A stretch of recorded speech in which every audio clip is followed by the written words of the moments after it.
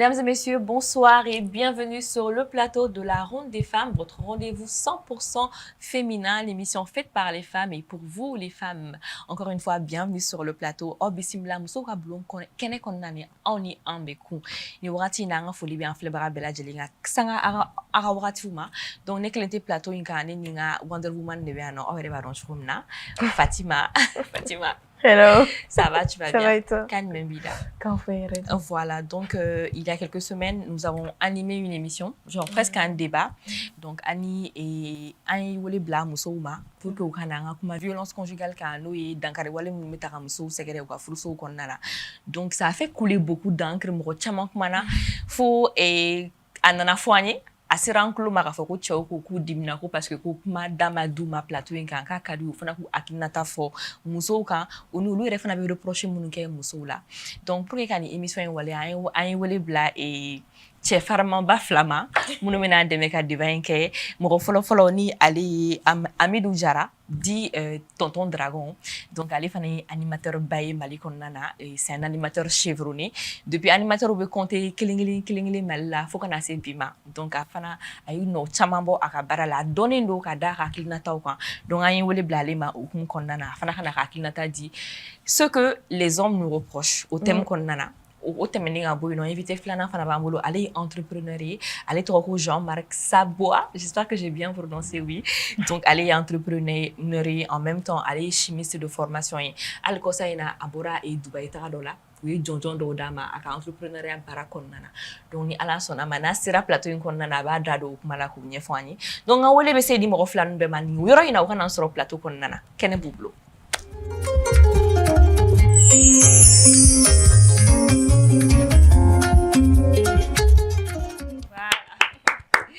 Bienvenue messieurs sur le plateau de la Ronde des femmes. Aïwabi, Obe Moussouka Blon. Est-ce que vous êtes prêts? D'habitude, nous sommes entre femmes, c'est notre petit grain de femmes où on partage nos petits secrets, nos petites astuces. Et aujourd'hui, c'est l'une des rares fois où on reçoit que des hommes sur le plateau. Est-ce que vous n'avez pas peur? On m'a randonné. Parce que faut qu'on plateau, on dit qu'on est un peu sévère sur le plateau, mais on a l'air gentil, non? C'est bon. Non, c'est bon, ça va bien se passer. On a bandé follow, on a bandé follow.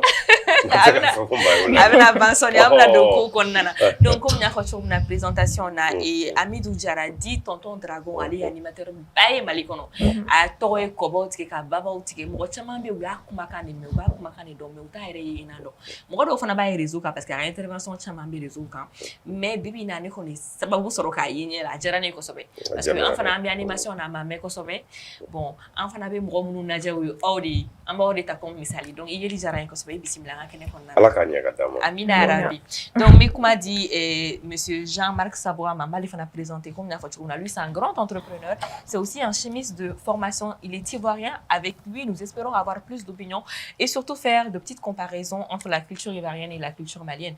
C'est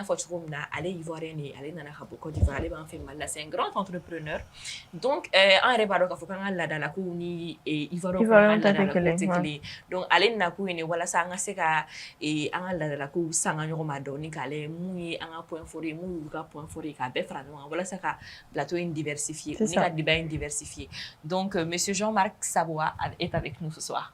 Bonsoir. Bonsoir. Donc votre mot de bienvenue sur le plateau. Alors c'est un honneur pour moi d'être ici à l'émission La Ronde des femmes, d'être présent ici à Bamako sur votre plateau. Et je voudrais saluer tout le peuple malien, saluer toutes les femmes maliennes, toutes les femmes d'Afrique. Donc merci beaucoup. Merci. Donc, si c'est un tonton dragon, on sait qu'il voulait tonton dragon au plateau. D'accord. Il faut que vous ayez un folie. Bon, c'était maman malame. Ani munu be kafle. Ani aw yaro kumuni nga wele serama. Anga folie ni tanibi au bela jerele. Kwa famu ko nyuma ala ko di ama. Donc, avant de rentrer dans le vif du sujet, j'aimerais notifier que Monsieur Jean-Marc vient de remporter un prix. Est-ce que vous pouvez nous en parler plus en détail? Alors, je pense que c'est aujourd'hui la première fois que je présente ce prix officiellement. C'est un prix panafricain. C'est le prix PADER, c'est le prix de développement africain du mérite des jeunes entrepreneurs africains.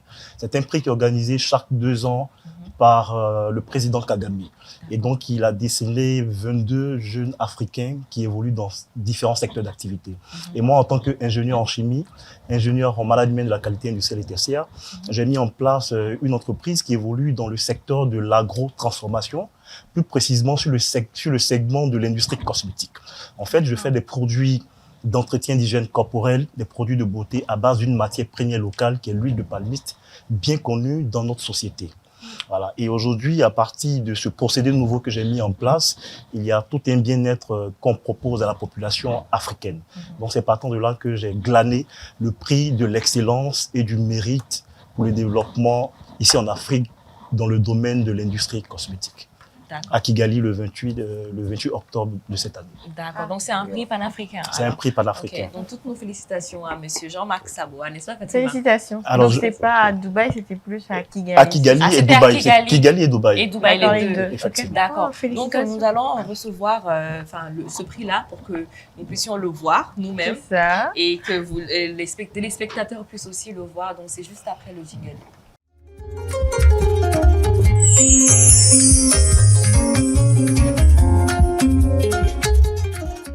D'accord, voilà, chers téléspectateurs, nous avons enfin le prix sous nos yeux. Donc, vous pouvez l'admirer. Donc, toutes nos félicitations. PADEV Kigali 2023, Africa Development Awards. Okay. Bravo. Voilà, faites face voilà, à la caméra. Donc, en tout cas, félicitations. Alors, qu'est-ce que les hommes nous reprochent? Reproche jumɛn de bɛ yen ko cɛw an ka cɛw an ka farafin cɛw bɛ k'o kɛ anw musow la an ka furusow kɔnɔna na u b'u da don dilan k'o fɔ an ye janni an ka taa yɔrɔ jan an bɛ jɛ ka micro trottoir lajɛ ɲɔgɔn fɛ micro trottoir mun labɛn thème mun kan o de ye cɛnimusoya la fɛn jumɛn de bɛ yen ko cɛw t'o yafa musow ma furu kɔnɔna na pour que mariage ka se ka taa ɲɛ i b'a sɔrɔ cɛ ni muso aw bɛ fɛn dɔw kɛ ɲɔgɔn na fɛn min tɛ tɛmɛ aw dimi sira fɛ mais fɛn jumɛn de bɛ yen ko muso i kana kɛ i cɛ la mun tɛ bɛn i ma i tɛ yafa min ma. Donc, tu pourrais le reprendre en français, pardon, parce que monsieur en français, d'accord. Donc, en fait, nous avons une rubrique micro-trottoir où nous allons à la rencontre, en fait, du public lambda, afin de savoir, d'avoir leur avis sur le thème de la semaine. Donc, ce thème, c'est qu'est-ce que vous ne pourrez jamais pardonner à une femme, voilà, dans le mariage. Alors, on regarde ensemble.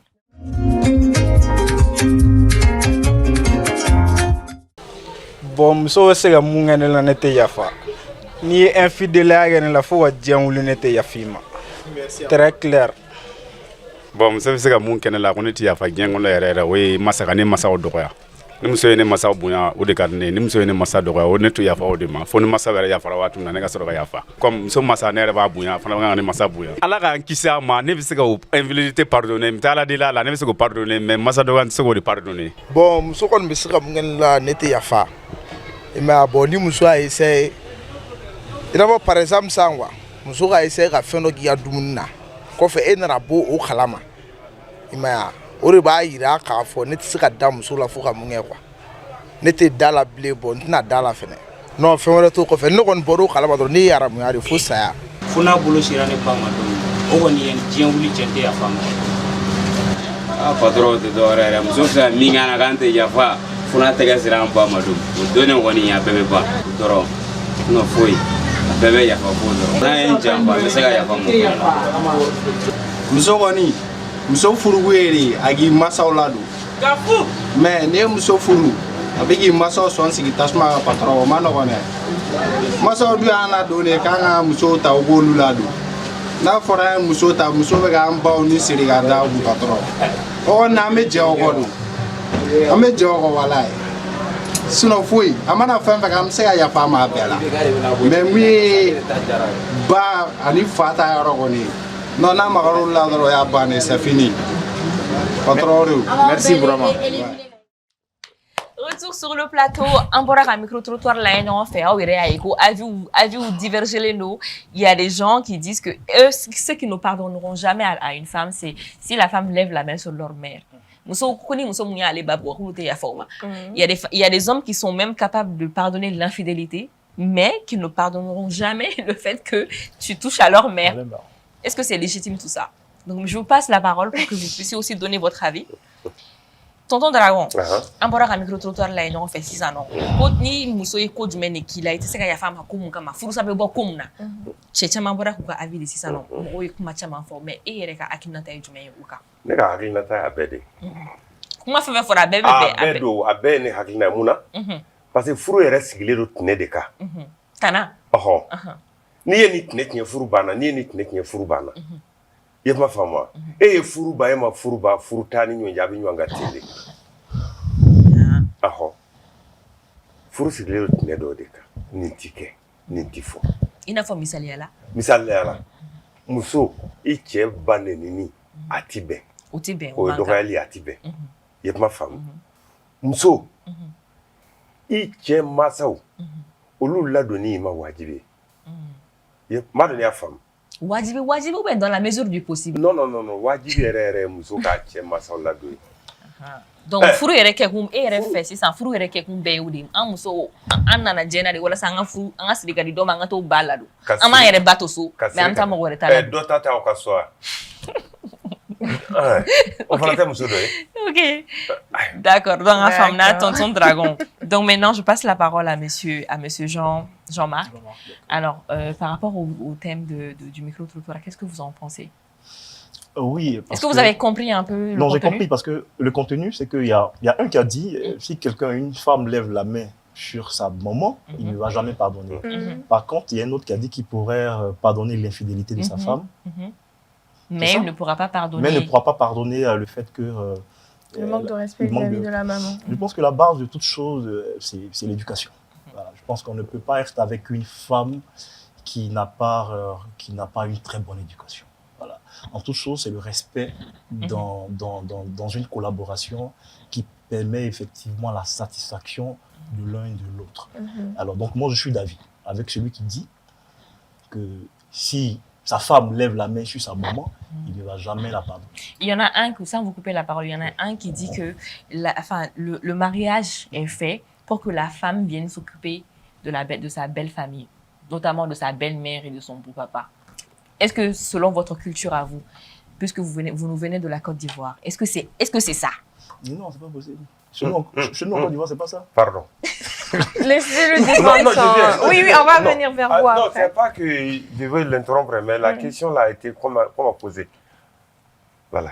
D'accord, ok. Donc, selon vous, j'ai mal posé la question. Est-elle mariée pour venir s'occuper de son mari? Non, c'est pas uniquement. De son mari et de la belle famille ou uniquement de son mari?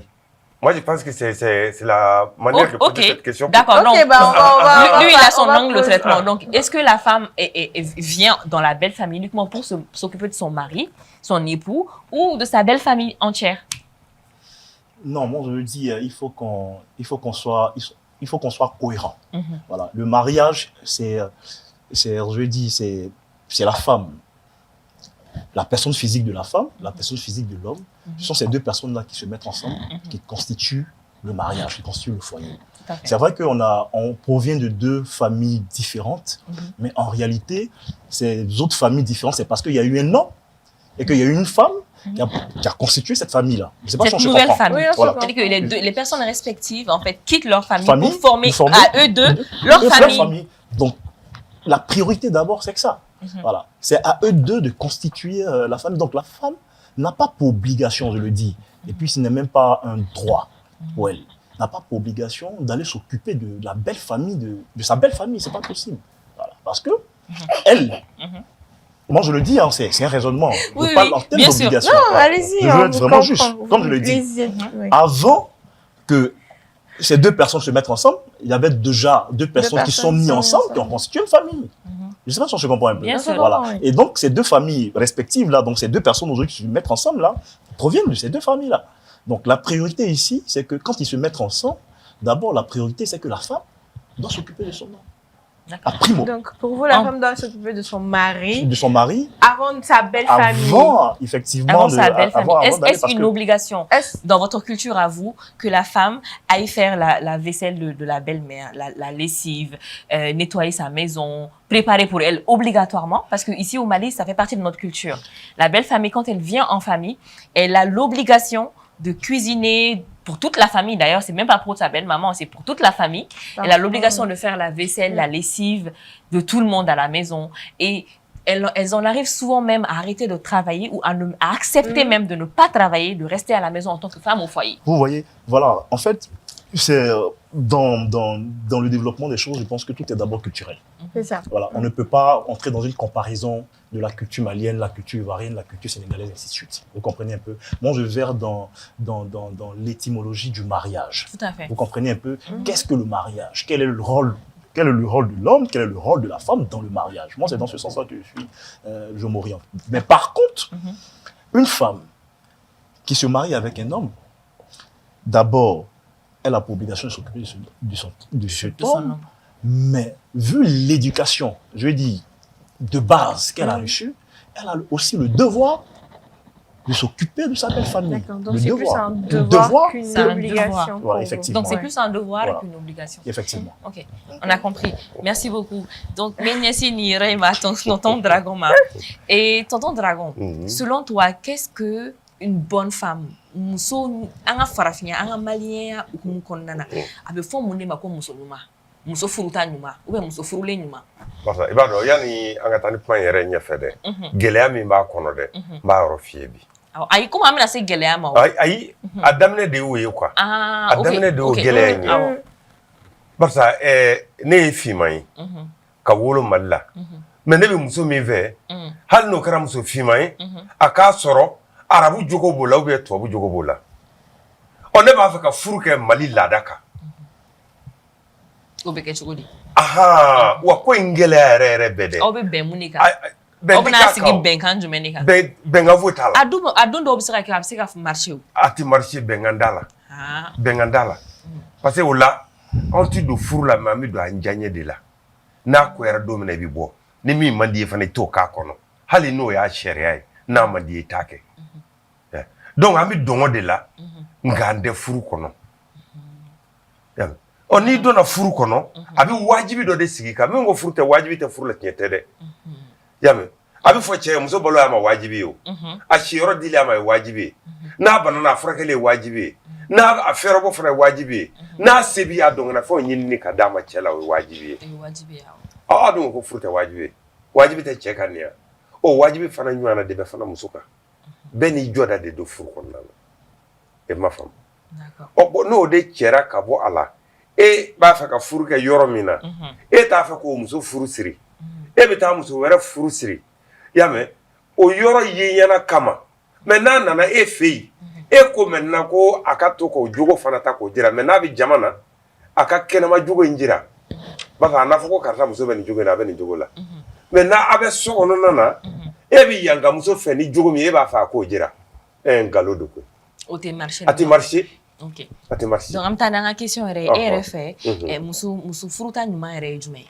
Muso furuta. I n'a fɔ jogo ta fanfɛla la. Jogo yɛrɛ ta fanfɛla la dɛ. I ni maa min ka kan de y'i ka muso furuta. Mais i b'a dɔn cogo di ni maa min ka kan ou yalima i ni maa min man kan o bɛ dɔn cogo di? O taamasiyɛnw ye jumɛn ye? I ni maa min jɛ bɛ laada la. I y'a mɛn? A jɛlen don laada la. Une personne de la même culture, c'est ça? Awɔ. I y'a fa dɔn, i y'a ba dɔn, a mɔna mɔ cogo min na i ye si dɔn o la. D'accord. Mais o k'a sɔrɔ fana, e fana jogo, o fana ni muso ta ye kelen. O de kama n y'a f'i ye ni mɔgɔ min ka kan. O ni aw kuntilennaw fana kan ka kɛ kelen ye. Kuntilenna in ye kelen ye jogo kan o. Kuntilenna in, ale bɛ taa jogo de nɔfɛ. Yala. Sinon bi bi in na n'i ko ko kuntilennaw ka kɛ nkalon tigɛ ko ye, n'i donna e fɛ i b'a sɔrɔ e nɔfɛ maa sigilen don téléphone b'a bolo fan dɔ in fɛ, e bɛ télé la nin yɔrɔ in na, a bɛ kuntilenna jumɛn kelen sɔrɔ? Hali dala kuma yɛrɛ bɛ tɛmɛ a ni ɲɔgɔn cɛ yan. O bɛ cɛw ka baroda la bi, o bɛ musow ka baroda la bi, a bɛ cɛ ni muso fana ni ɲɔgɔn cɛ la bi. Oui, tiɲɛ. Communication tɛ koyi. D'accord. Donc je vais retourner la même question à monsieur Jean-Marc. Selon vous, c'est quoi une bonne femme? Côté caractère, une bonne femme à marier? Une bonne femme à marier, selon moi, c'est une femme de genre qui doit comprendre le sens qu'elle est une aide d'abord pour l'homme. Dans tout son sens. Une épaule, quoi. Une épaule. C'est-à-dire que la femme est d'abord... Une bonne femme à marier doit comprendre d'abord qu'elle est une aide pour son mari.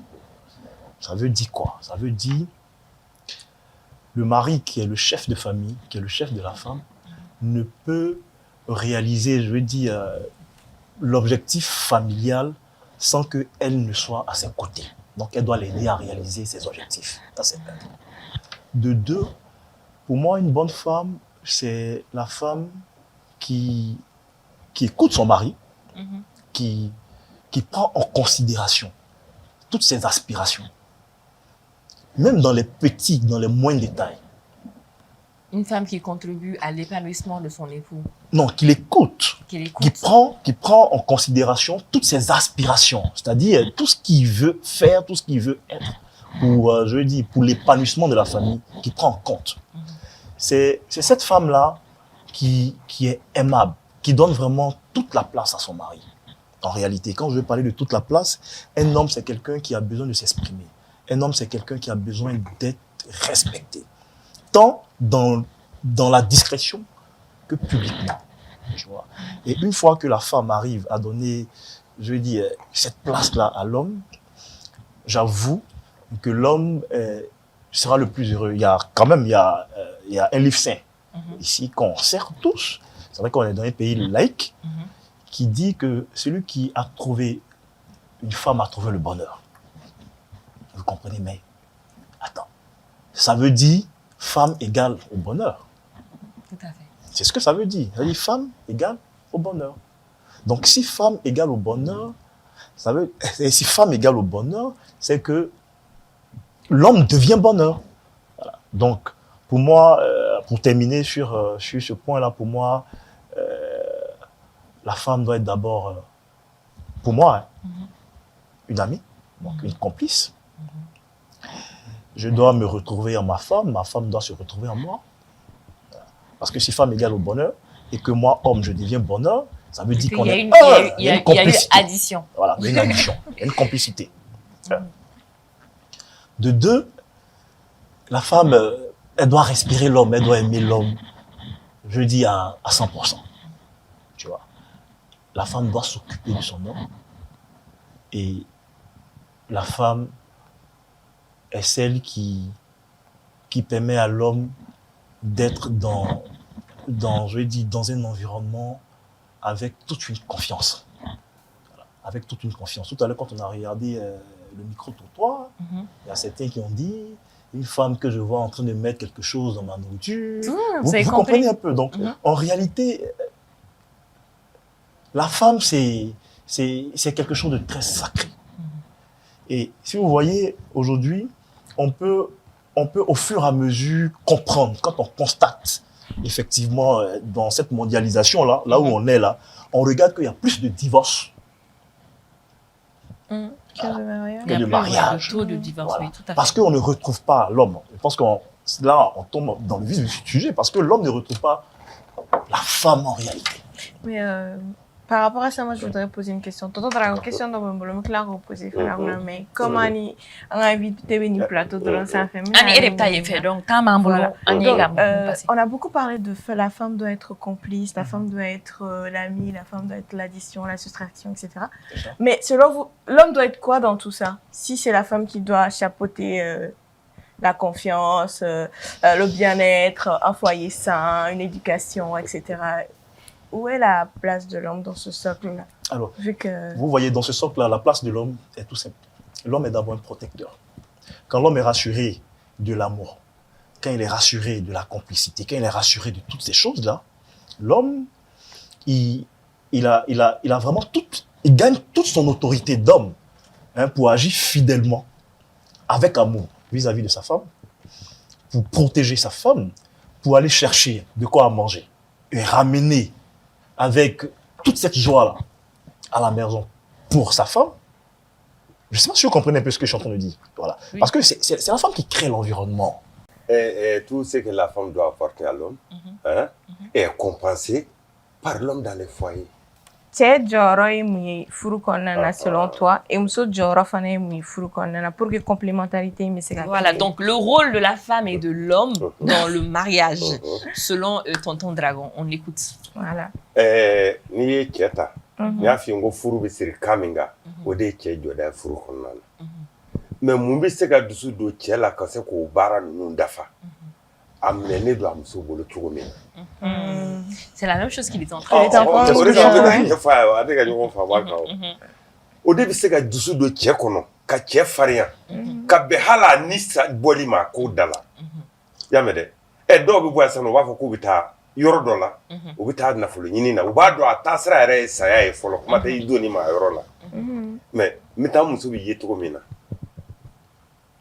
i y'a mɛn bon o bɛ taa o min kan i b'a sɔrɔ a bɛ minɛ cogo dɔ de la muso bolo muso kelen don k'a ka bonya d'a ma a ka bonya dilen don a ma a ye muso kanu b'a la muso hinɛ b'a la donc a bɛ ɲinini kɛ n'o dusukun de ye ka ɲɛsin o muso ma a tɛ tɔɔrɔ ɲini ka s'a ma fiyewu mais muso cɛ minɛ cogo mɔgɔw b'a caman fɔ a bɛ jɔ fɛn dɔ la olu de y'a bɔnɛ yɛrɛ yɛrɛ i n'a fɔ n'i ye sɛ mara sikaso ou bien i ye pigeon mara walima i ye saga mara e de bɛ dumuni d'u ma hali su dibi la i kasa n'i sen kan bagan b'a dɔn ka bɔ sokɔnɔmɔgɔ tɔ ta la parce que a hinɛ bɛ e de yɔrɔ wa an bɛ hinɛ o hinɛ ɲini diɲɛ na a bɛɛ bɛ na kɔnɔbara falen de kɔfɛ ni fɛn t'i kɔnɔ y'a dɔn fini ka di e ye diɲɛ fini bɛ ta la ka di e ma sisan nɔ i y'a mɛn dɛ ka dumuni tigila tile 3 i bɛ fini ninnu wuli ka taa dumuni ɲini hali n'a kɛra tiga duuru la i bɛ sɔn k'a falen a la mais ni kɔnɔbara de fara i bɛ sɔrɔ k'i diya ye ko tɔ ɲini e ma faamu bon e cɛ ka dumuni e bonya n'o sigili ma o de bɛ di baarakɛla ma ou bien o bɛ sigi fan wɛrɛ fɛ hali n'i t'i so kɔnɔ cɛ tɛ bɔ i daɲa kalama kan'a to k'a fɔ karisa bɛ nin yɔrɔ fo mɔgɔ ka dɔn ko karisa bɛ yan mais ni karisa tɛ a to mɔgɔ ka bɔ a kalama k'a daɲa bɛ yan parce que a ka kɛta dɔ bɛ mɔgɔw manqué bolo wɛrɛ de bɛ e ka dumuni sigi i cɛ ye o de bɛ e ka dumuni kofɔ o de bɛ minɛ a cɛ ka bɔ yen nɔ hali ni daɲa nana cɛ tɛ bɔ a kalama et que tu sois présente ou non a cɛ t'a dɔn a t'a dɔn parce que a mago t'i jɔ e la d'accord j'avais un peu compris. Vous avez compris un peu. Je pense que vous êtes sur la même ligne en fait. Donc voilà. Non, ma femme, vous savez qu'à dire fois toi. Aya famille en fait. Si, on s'est compris. Vous rejoignez en fait. J'ai compris ta présence, mais il faut que ton absence soit sentie. C'est clair. Oui. Tout à fait. D'accord. Donc, messieurs, nous allons détendre l'atmosphère. C'est un peu corsé ce débat-là. Donc, vous savez, chers téléspectateurs, que nous avons notre petit moment parfum avec la maison de parfumerie Passion Parfum. Comme toutes les semaines, nous découvrons de nouveaux parfums ensemble. Et cette semaine-là, nous avons des coffrets de parfums pour hommes et femmes. Donc, Fatima, on voit ça ensemble? On voit ça ensemble. On y va. Donc, tu prends lequel? Je prends celui. D'accord. Donc, ça, ce sont des coffrets de parfums de la marque Mauboussin. Voilà. Donc, c'est une marque de luxe. Voilà, Mauboussin. Les connaisseurs connaissent. Voilà. Tonton Draman. Il y a parfum qu'on n'a pas sauvé, non? Parfum qu'on n'a pas sauvé. Donc, comme Amé Mousso ka blonde comme nana, il va y avoir un petit second Mousso qu'on a Tonton Dragon, Allah Akbar. Mais tonton Dragon, on va avec les Mousso l'a dit. Mousso l'a dit, Sanya Ukumu Kondana, Dja Ukumu Kondana, Smadmo Ukumu Kondana. Donc, du coup, comme un plateau ini Mousso ka blonde, à base de Mousso Wiredeka, Kokobe Mousso Lakala, comme Mousso Blasra Numanka, un mot de faux plateau inka. Donc, un bon plan Numanka, dit Mousso ma, ka dit Chao Fanama, parce qu'il tient Mousso be concerné le Djainka. Oh, ma connaît encore la parfum au Kadnewa. Ah, il est parfum qu'on n'a quoi. Voilà. Bon, c'est compliqué. Allez, il est pas mal. Oh, mais moi, je ne joue pas. Ma famille. Effectivement.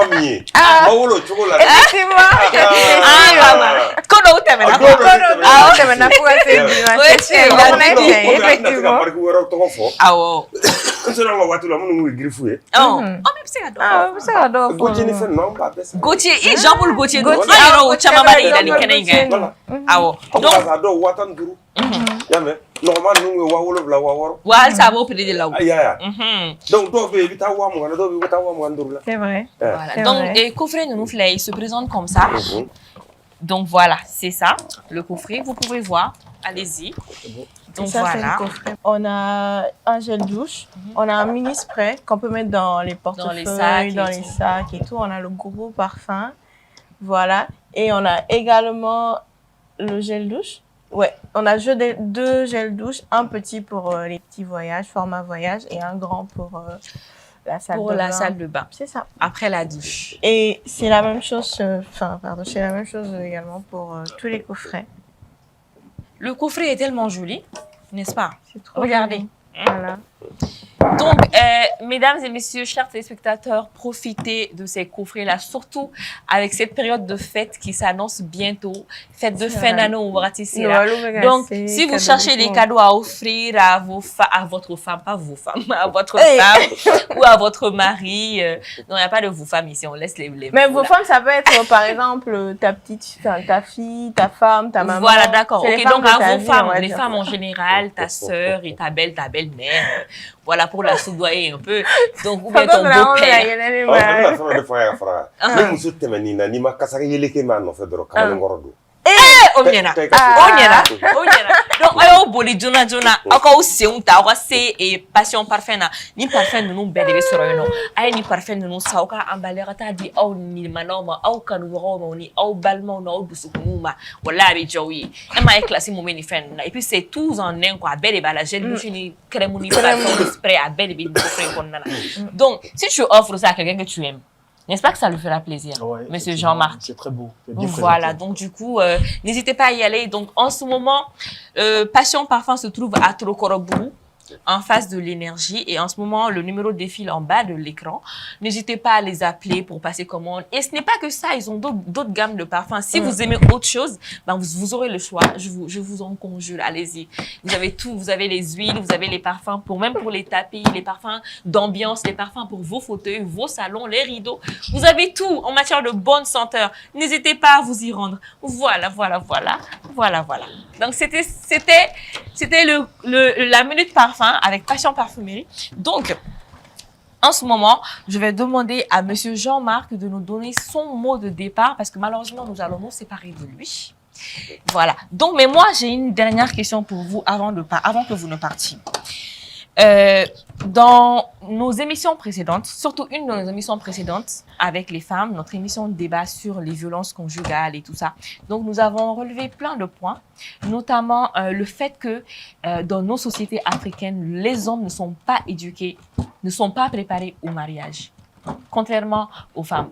Parce qu'avant que la femme ne se marie, il y a des rituels où on te fait asseoir, on te parle du mariage, on te demande, on te montre comment tu dois t'occuper de ta femme, de ton mari, comment est-ce que tu dois être soumise. En fait, il y a toute une formation, on va dire, une mini-formation autour du mariage, mais on ne fait pas ça pour les hommes. Qu'est-ce que vous en pensez? Est-ce que vous pensez que les hommes également doivent être éduqués au mariage, préparés au mariage? En réalité, parce que c'est quelque chose de très profond. Alors, je pense que c'est mon grand frère. C'est vraiment profond, effectivement, parce que en Afrique, la femme est préparée au mariage. Par contre, l'homme, non.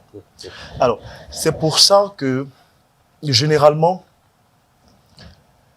l'homme dans le mariage répète ce qu'il a vu son père faire. C'est vrai. Quand il était petit. Vous voyez? Et la plupart des hommes qui sont violents dans le mariage présent, c'est parce qu'ils avaient un père violent. C'est parce qu'ils avaient un père violent. Qui sont doux, c'est parce qu'ils avaient un père doux. Donc, je pense que c'est quelque chose qu'il faut instaurer. C'est vraiment... mais c'est pas dans tous les cas, il y a des cas où on n'est pas forcément comme son père ou comme sa mère, ça peut arriver selon nos propres expériences de la vie. Oui, c'est pour ça que je dis généralement. C'est là, si sa femme n'a pas le même comportement que sa maman, mère et qui a fait que son vie a pu se contenir, lui, il ne pourra pas se contenir. Tout à fait. Voilà, donc ça nous ramène à la même chose, l'éducation. Est-ce que vous pensez qu'on doit éduquer les hommes face au mariage? Oui. C'est important. C'est très nécessaire d'ailleurs. D'accord. Vraiment... Comme on le fait pour les femmes. Pour les femmes aussi. C'est vraiment important. C'est vraiment important. Moi, je vais parler de mon vécu. Tout à fait. Voilà. Moi, très tôt, j'ai compris que je devais me marier tôt parce que j'ai vécu une enfance vraiment difficile. Voilà. Parce que papa m'a ramené à la maison et c'est pas maman qui était là. Donc, j'ai été éduqué comme un enfant. Pas comme tout le monde. Donc, j'ai vu certaines dispositions que j'avais en tant que tout petit. Donc, ça m'a marqué. Je me suis dit, dès que je commence à travailler, il faut que je me marie. Parce que vous vouliez, dans votre hôtel, vous imaginiez une vie de famille que vous n'aviez pas eue. Merci. Ok. Voilà, vous voyez. Donc, comme on le dit chez les Ivoiriens, il y a coup. Donc, pour moi, effectivement, il faut apprendre à l'homme, au tout petit garçon, quel est son rôle quand il devient papa, quand il se marie, comment il doit prendre sa femme, et tout ça. Comment on fait pour les dames. Ça doit commencer depuis tout jeune, hein? Même avec les jouets, même avec tes petites sœurs. Tu ne dois pas être sévère avec ta petite sœur ou ta grande sœur parce que c'est une femme, parce qu'un homme doit protéger sa sœur. Ainsi de suite, comme on le fait pour les femmes. On nous apprend à préparer pourquoi. Et ni tchesoro. C'est ce qu'on nous dit quand on est petite. Voilà, donc on devrait faire la même chose pour les hommes afin de les mettre dans la disposition que oui, voilà. Ok, d'accord. Donc comme il est temps pour vous de partir, donc tonton Dragon, une question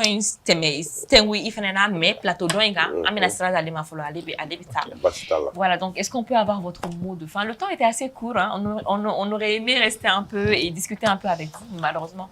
On est pris par le temps. D'accord. En tout cas, moi, je vous dis merci pour cette belle invitation. Mon mot de fin sur l'émission, sur le thème, c'est que on doit retenir que la femme est l'aide de l'homme. Et la complémentarité entre femme et l'homme doit se solidifier davantage. Il ne faudrait pas que la femme soit celle qui est la machine à tout faire, mais il faudrait aussi que l'homme soit celui qui apporte effectivement les ressources avec amour, de sorte à ce que sa famille soit dans l'unité et dans le bonheur. Je vous remercie. Merci beaucoup. Oui. Bientôt c'est la CAN, j'espère que vous allez nous inviter. Hein. Ça n'a rien à voir, mais bon. Donc on va aller à Côte d'Ivoire pour la CAN. Donc merci beaucoup, Monsieur Jean-Marc, et on se dit à très bientôt, Inch'Allah. Donc on attend nos invitations pour la CAN. Et chers téléspectateurs, on se dit à très bientôt. Juste une petite page courte de publicité et on se retrouve. À tout de suite.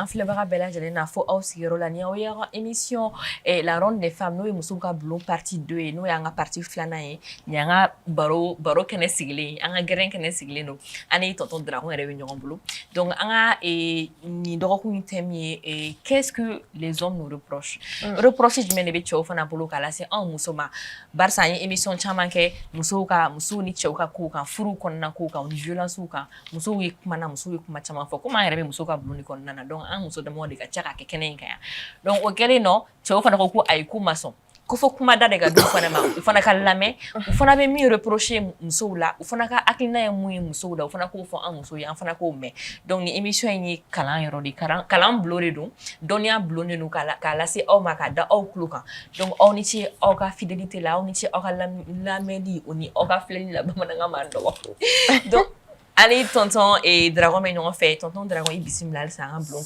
nana. Il n'a mes cons. Fatima, coquin. Ça va. D'accord. Donc, Annie, Jean-Marc, mais non, fait, ni aller entrepreneuriat, mais allez, en enfin, partie follow là. Donc, Annie, tonton Dragon, et venu voilà, ni tonton Dragon, et venu deuxième partie, qui est nous rembouloni à la sona. Donc, on rappelle que Jean-Marc est ivoirien. Donc, me fait à idée. Avis fana doni sujet ce que les hommes par rapport à ce que les hommes attendent des femmes. Et il a donné des avis pertinents. Voilà. C'était sympa. C'était sympa. Donc tonton Dragon ani be nyorombolo Fatima il veut faire à continuer. D'accord. Donc jana ngata roja nga fuli be un partenaire nga sponsor wi no be Passion Parfumerie, Passion Parfum, o temeni ko fe tu me Fatima. Tezara dumani teula te to bela dumani Fatima re ko fusili landu. Kuna lega ko gelera dron ni ale te ka tuwa wari mi ale ko ki ku te abana ne ba nya ga jila dron atan ko ko lo vega sirike le lendemain milliard de jine ga donc fana ko dron tere ku ulu re ko ni ku lu ko ga nya ga re ke buru ko no ku ga nyimi kani sogo gube kele donc fana wo se gure wala a amana ke chola wala dobe don tele ngono ga mbugo mais adu kadi chien do wala te nyuma ne do avec stress bebo adama denka na mo ko plateforme na amna tester awere nyina donc tonton Dragon voilà ni ga nyinga libi ta o ga nyinga ke na apo ngata tonton Dragon ne fe ga do et ame kuma kuma caman n'an bɛ ka kuma an bɛ kuma ni génération ko kuma de an b'a fɔ ko bidenw ni kunudenw tɛ kelen ye an bɛ kuma caman fɔ ka taga générationnellement ne bɛ fɛ k'a dɔn en tant que pilier parce que tile caman tɛmɛna i ye caman dɔn ni ɲɛ ne bɛ fɛ k'a dɔn e bɛ se ka qu'est-ce que tu reproches à la jeune génération d'aujourd'hui cɛ kunda ani muso kunda tiɲɛ yɛrɛ yɛrɛ la anw bɛ fɛn min ɲini a n'an bɛ fɛn min ta de tɛ kelen ye reproche in bɛɛ ju filɛ nin ye i bɛ fɛn min ɲini ani i b'i bolo bɔ fɛn min nɔfɛ ka t'o ta kelen de tɛ mais e ka ɲɛfɔ misaliya nɔgɔman na a bɛ se ka faamuya sisan e bɛ yen nɔ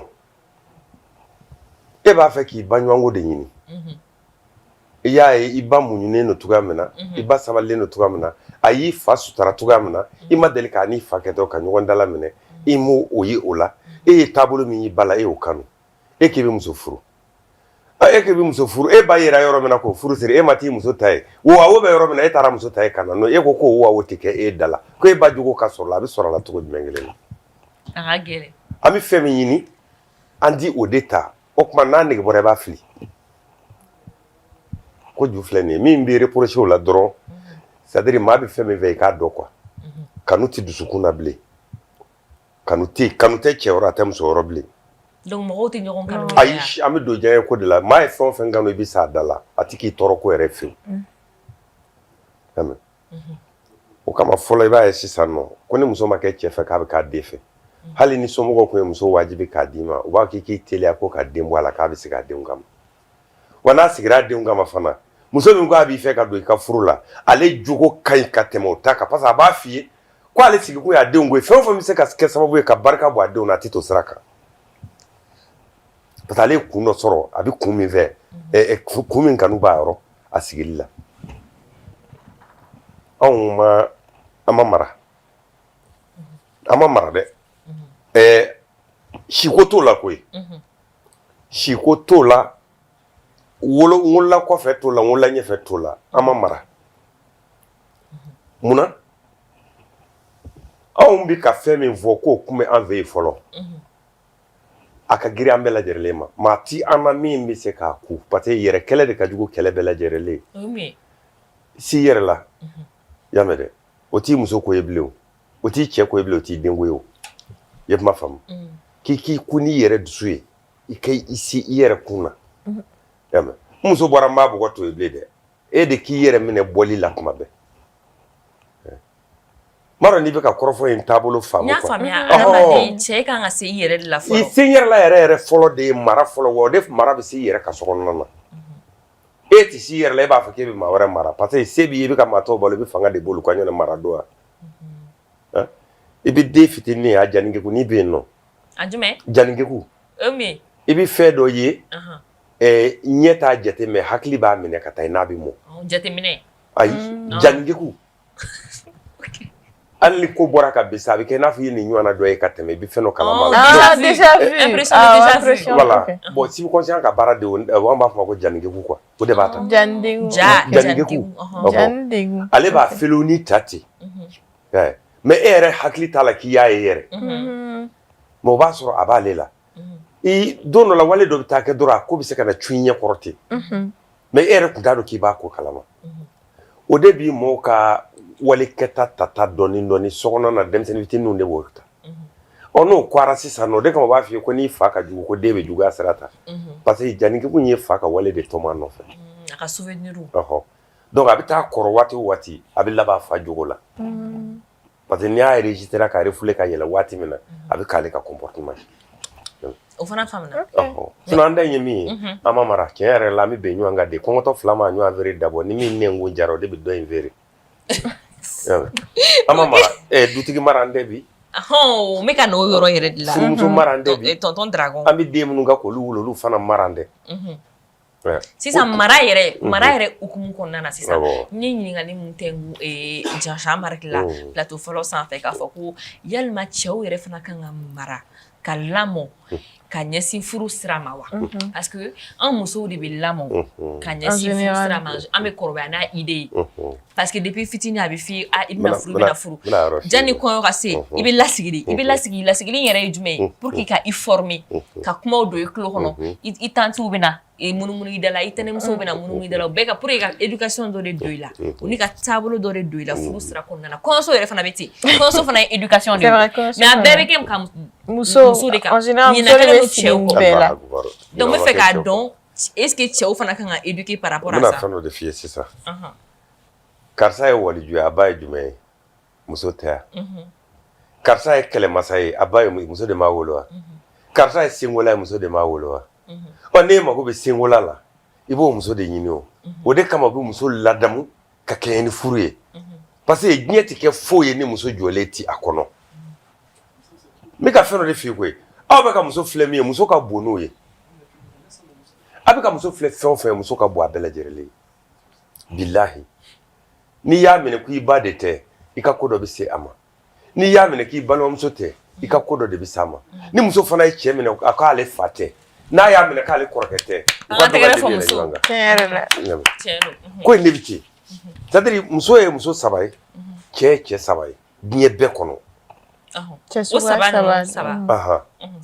cɛ fa kɔrɔkɛ ani bi laban min bolo furu la ni ne ye cɛ saba ye ni muso ko bi cɛ tɛ fɛn ye dɔrɔn ni zaba bɛɛ a tigɛra nin bɛɛ la ka na y'a mɛn dɛ ni cɛ fana k'i ma ko muso tɛ fɛn ye ale yɛrɛ ta ye naani ye parce que a tɛnɛmuso b'a la y'a mɛn i b'a sɔrɔ a ba bɛ yen a kɔrɔmuso bɛ yen a tɛnɛmuso bɛ yen a ye muso min furu siri fana jogo min y'a tigɛ o la a y'a sɔrɔ o jogo fana tun b'u ka so kana tuguni donc a tɛ se ka da muso tɔ si la bilen c'est pour ça que kuma dɔw bɛ a ka girin da ma dafagonaya baara y'a fɔli a ma ɲi maa na n'i y'a fɔ i hakili k'i y'a fɔ o de k'a fɔ cɛ ko n'i ye muso nɛni ko i ma muso in nɛni ko k'i yɛrɛ de nɛni y'a mɛn i yɛrɛ nɛni tɛ dɔwɛrɛ dɛ i filɛ ka nin min fɔ i ye wolola cogoya min na a yɛrɛ ye dɔ wolo ten donc ni dɔ den y'i ye ale fana ye dɔ ba ye i kuma faamu donc n'i ye ba kelen nɛni i ka tɔɔrɔ sera ba tɔw ma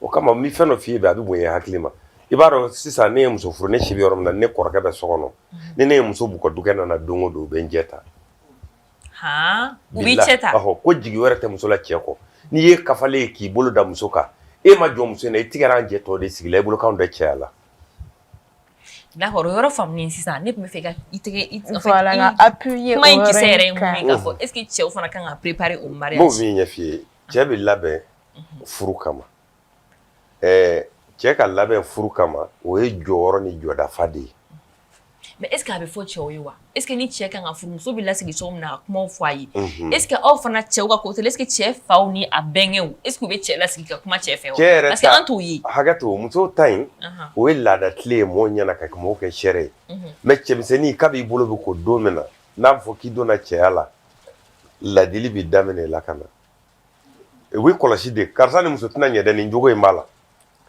ya min f'i ɲɛna bi yanni i ka wuli ka taa kolonifila fɛ k'i bɛ t'i den kungo ɲini a fɛ bilahi den jogo min b'i den la n'o de bɛ taa kolonifila fɛ i bɛ taa mun ɲininkali k'a la bilen jogo min b'i bɔ i ka so kɔnɔ ka taa kolonifila fɛ dɛ o de y'i den jogo ye e bɛ taa mun ɲininkali k'a la bilen voilà kabi cɛ fitininin kɔlɔsili de bɛ k'a la nin ni muso ti ye tonton Dragon o tɛ kɛ peut-être a bɛ laadaw la o tɛ kɛ yɔrɔ bɛɛ dɛ o tɛ kɛ sisan dɛ e ko muso ta ye laadala kelen ye sisan n'o min f'i ɲɛna e ko muso ta ye laadala kelen parce que muso ta bɛ kɛ bɛn ɲɛna o ye laada ye an b'o ye mais cɛ ta an tɛ cɛw ye ka lasigi dɛ kana o kuma in bila ka nin sin kurula jogo min ka to kuru tɛ se ka jigin ayiwa yamɛ tile kelen fɔlen muso ye ko nin kɛ nin kana nin kɛ a bɛ muso jogo bɔ a la laada tile dɔrɔn de don ɲɔnɛ kaba bange don a bɛ misali min na a ba de fɛ ka yɛlɛ cɛmannin fana kaba bange don i n'a fɔ cɛ dɔ y'a fɔ cogoya min na a bɛ misali ta a fa de fɛ ka yɛlɛ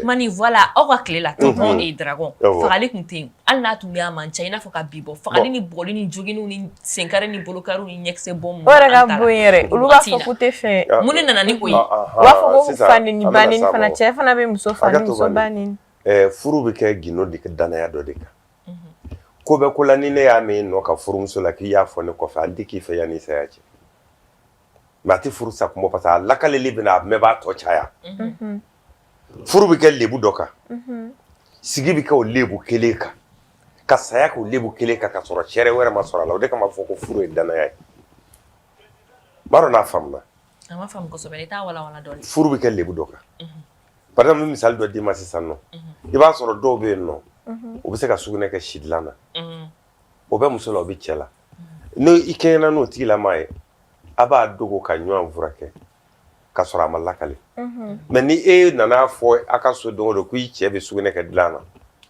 hali n'a sɔrɔ muso yɛrɛ ba de ye a y'a fa a woloba de ye n'o nana ka na cɛ nɔfɛ ko dɔ bɛ yɔrɔ in na k'a bɛ dilan na sugunɛ kɛ furakɛ i tɛna an ka taa an ka t'i jira a la e ni ala cɛ bɛ kɛ muso fɛ bilen ni cɛ de y'o muso fana cɛ fana taara o kɛ muso la muso bɛ k'a fɛ a b'a yɛrɛ minɛ a la parce que min man ka fɔ a ye min kan ka fɔ a ye a b'a bɛɛ dogo a la sisan mais ça a kan ka kɛ cogo di voilà a kan ka kɛ cogo di walasa fura in bɛ se ka kɛ ka bana in ban ne ye kuma in fɛ yen nɔ ko sisan aw b'a faamu n'i ye du kɔnɔna ta sisan k'a sigi sokɔnɔ kuma bɛ yen mara de y'a faamu du kɛnɛ kuma bɛ yen ni gundula kuma sokɔnɔ kuma de ye gundu ye o de ye gundu ye y'a mɛn sokɔnɔ kuma bɛ yen du kɔnɔna kuma bɛ yen ani nbɛdala kuma bɛ yen an tɛ nin zaba dɔn ka bɔ ɲɔgɔn na fɛn min bɛ cɛ ni muso cɛ sokɔnɔna na o man ka se du kɛnɛ na fɛ o ni tiɲɛni sira tɛ min bɛ fɔ du kɛnɛ fana na o ye ko dɔ tiɲɛni kunbɛtɔ ye walima o ye lebu dɔ kunbɛtɔ ye o man ka ye bulonda la fɔ yɔrɔ tɛ kuma na anw bolo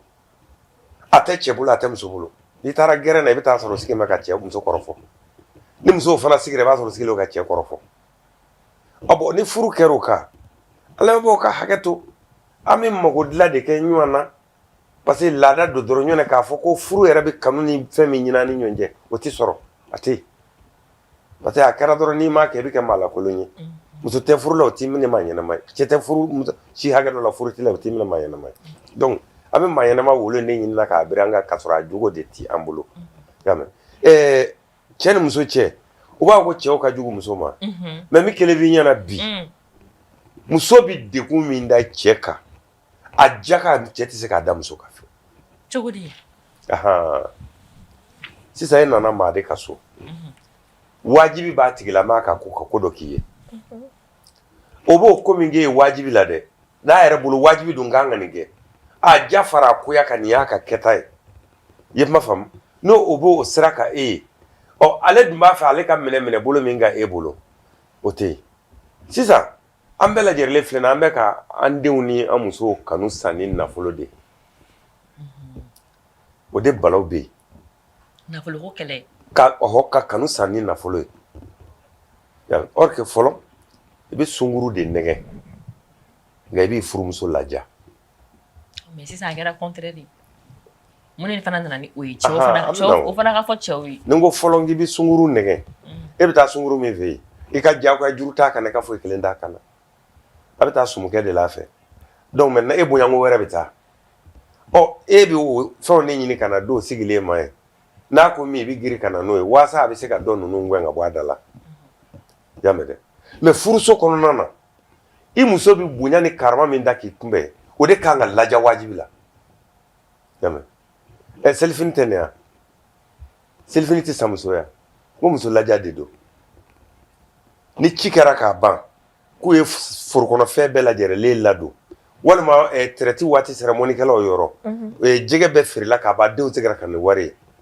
musow ye baara min kɛ u b'u musow laja n'i ko fini min ka sa o bɛ sa ye n'i ko k'i ka so dilan kura o bɛ dilan ye n'i ko ka sabara san o bɛ sa ye n'i ko ka nin fɛn in d'i ma o bɛ ɲini k'a d'i ma a bɛ fɔ olu ma ko lajali mais n'e m'a kɛ e ko k'a ka kɛ a bɛ k'i ye mun na tonton Dara o ye kuma dɔ fɔ k'an to posi la i ko fantankɛ ni muso b'a ja ni waritigi muso ye o kɔni b'o ja sisan ne m'o f'i ɲɛna awɔ i y'o fɔ ne bɛ wuli ka bɔ yan sisan ne bɛ taa ndolen da la n bɛ taa ka taa jɛgɛ kɛnɛ minɛ sisan a bɛ bɔ ji la cogoya min na n b'a bila bɔrɛ kɔnɔ k'a bila ji la walasa a kana sa n bɛ na n'a ye n bɛ n'a di muso ma so kɛnɛkɛnɛni ba jɛgɛ don mais n'i ko se bɛ min ye sisan n'o muso ko ko jɛgɛ ko b'a ye hali ni muso fa n'a ba dara ɲɔgɔn nɔ a tɛ sigi ji da la ayi parce que a b'a f'i ye ko bama bɛ se ka bɔ ji la sa bɛ se ka bɔ ji la ni muso bɛ sɔrɔ mais ne bɛ n'a ɲini min kɛ k'a di muso ma n'a nisɔndiya min bɛ k'ale la ne ka nisɔndiya de barika ka bon jɛgɛ minɛ yɔrɔ la ka tɛmɛ a bɛ na d'ale ma nisɔndiya parce que n b'a d'a ma a bɛ na nisɔndiya hakɛ min s'ale ma dɛ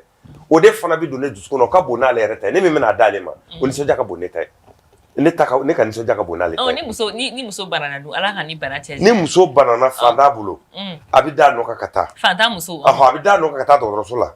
Ni soma furakɛ dɔ la a bɛ taa n'a ye soma fɛ ni bamanan furakɛla a bɛ taa n'a ye yen nɔ. Ni kulola yɔrɔ min na i b'a sɔrɔ a bolo b'i kun kɔrɔ. Fa jumɛn b'a la k'i dimi a bɛ se ka si a ɲɛna i kun kɔrɔ y'a mɛn.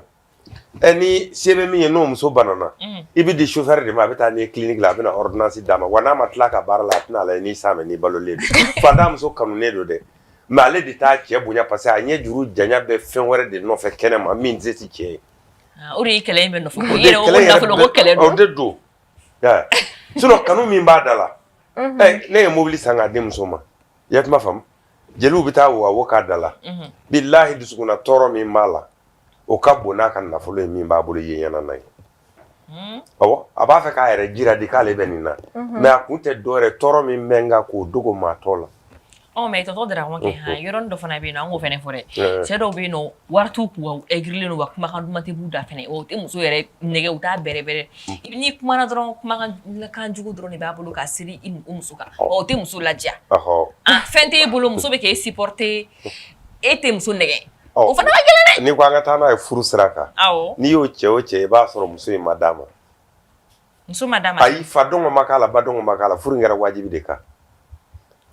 N'o kɛra i bɛ taa yɔrɔ jumɛn b'e la a fɔra ko a kana kɛ ko a bɛ kɛ wajibi la a fɔra ko nin ma ye ko k'a ka ɲi ni bɔnɛ min bɔr'o la i b'i da de o kan kana to i fa dɔn k'a dɔn k'o ma ɲi bilen dɛ i b'i da de o kan sa i bɛ sa o da la n'i y'a ye fɛn o fɛn i b'a sɔrɔ a yɛrɛ ka furu a karabalen don ka don a la somɔgɔw ma sɔn n'a ye i karaba ka don o de don sinon cɛ yɛrɛ la. Ko n'i ko k'i bɛ muso ta ko mun ɲɔgɔnna t'i filanw bolo ko muso bɛ ko k'i la k'i ma sigi ni ko. O ye bɛɛ muso de talen o e tɛ k'i yɛrɛ muso furu o. E bɛ ka bɛɛ muso de furu. E bɛ ka muso de furu maa tɔw bɛ min nege minɛ i bɛ ka muso de furu maa tɔw bɛ min kanu sinon fɔlɔ maa min kun bɛ don i ka so kɔnɔ de b'i dɔn y'a mɛn parce que walimuso yɛrɛ muso bɛɛ lajɛlen ye walita ɲuman de ye i bɛ fɛn o fɛn ye k'i b'o apprécier kɛnɛmana na y'a mɛn k'a tanu k'a fɔ ko muso ɲuman don muso ɲuman don n'i donna so kɔnɔ n'o sokɔnɔ jogo dɔw fɔra i ɲɛna i bɛ kasi tuguni mais a kɛnɛma jogo bɛ maaw bonya e tuma faamu o de kama f'i ye k'i tɛ maa dɔn n'i ma se a ka so bilahi n'i ko i b'a kuma fɔ a kuma ka ca quoi ne ye cɛkɔrɔba dɔ ye ani musokɔrɔba u bɛɛ ka ca san 90 ye bi. U bɛ furulen don. Furu tɛ dɛ kabini wolola don min na fo bi ma deli k'a kuma yɛrɛ lakale tɔ mɛn maa da n y'o ye ninnu fɛ n'i taara u ka so sisan i bɛ taa sɔrɔ u fila sigilen don uniforme na. U ye cɛkɔrɔba minɛ ka taa n'a Dakar k'u bɛ taa fara ko n'a muso ma na k'a bɛ sa ou bien u ka segin n'ale. Couple mondial an b'a fɔ de ma an ka bi tile la ko couple mondial. Bon ninnu ne m'u ka kanu ɲɔgɔnna ye dabaji la. Ni cɛkɔrɔba bɛ so kɔnɔ i b'a sɔrɔ musokɔrɔba sigilen don a kɛrɛfɛ n'u bɛ kɛnɛma i bɛ taa sɔrɔ u fila bɛɛ sigilen don complet kelen de b'u la musow ka vaccine nin ye muso ye musofini o t'ale ta la n'a muso y'a kala i b'a sɔrɔ a kalalen b'a yɛrɛ kan na wa n'i taara i b'u fila sigilen sɔrɔ ɲɔgɔn kɛrɛfɛ tan nɔ. Mun y'o kɛ. c'est à dire olu de ye kanu si dɔn anw de t'a dɔn. Ma t'u e m'u ɲininka u ka secret la kɛ. N ko ni ko n b'a f'i ye n bɛ bana parce que ne ka musokɔrɔba ye kɔrɔbɔrɔ ye minnu bɛ ka nin kɛ cas dɔw de o de kama u ka ko ma bon ne ma quoi. O faamuya i bɛ se ka dɔɔni fɔ an ye olu ka secret ye jumɛn ye. Ɲɔgɔn bonya ni ɲɔgɔn kanu fo ka taa se u ka dɛsɛ ma u ma tigɛ ɲɔgɔn na u ma tigɛ ɲɔgɔn na wa muso yɛrɛ bolo ale ma foyi dɔn diɲɛlatigɛ la min bɛ se ka maninfin ka ɲɛnamaya ka tamasiɲɛ bila a kɔnɔ i m'a fɔ ko ka marqué sisan nɔ ko min ma kɛ n'ale ni cɛ in de ye ɲɔgɔn fɛ. Ale ma événement marquant foyi vécu ni ale ni cɛ tɛ ɲɔgɔn fɛ. A ka ɲɛnamaya yɛrɛ diya fara a koya kan a ma foyi sɔrɔ a kɔnɔ min m'a ni cɛ in de sɔrɔ ɲɔgɔn fɛ. Olu ta in ka di. Cɛ fana b'o cogo kelen la. Cɛ fana b'o cogo kelen la. I m'a dɔn o diyara Fatima an tɛ temi. Tonton Daragon an tɛ te dɔɔni min. Basi t'a la. O sɔn ka fisaya dɛ. A bɛ kɔn an ka te min. Te Zara. Tew ka te bɛɛ la dumanba te min ɲɔgɔn fila te Mali la. Te yɛrɛ te lakika yɛrɛ ale te ɲaga bɔ te ɲaga yɛrɛ wa te bo tɛ dɛ te premier te qualité premier de ale. Tonton Daragon te Zara k'a bɛ siri tigɛ i t'o dɔn wa. Siri na sugu jumɛn kelen fɔlɔ. Siri mana kɛ siri o siri a b'a tigɛ ka bɔ i la. Kɛ juru sirilen don i la wa bɛ kunna siri de. A bɛɛ a fila bɛɛ. Ayiwa. Donc an bɛ wele bila nin yɔrɔ in ma te Zara hôtesse ma a ka na n servi te dumanba la dɔgɔkun ale de bɛ te dumanba wuli ka di an ma on a création mondiale. Oh, tonton Dragon K, on y a cadeau. Sotania. Ah, oh, type tani so ini madame betani nguli non fa abi boroke. Mais. Teke.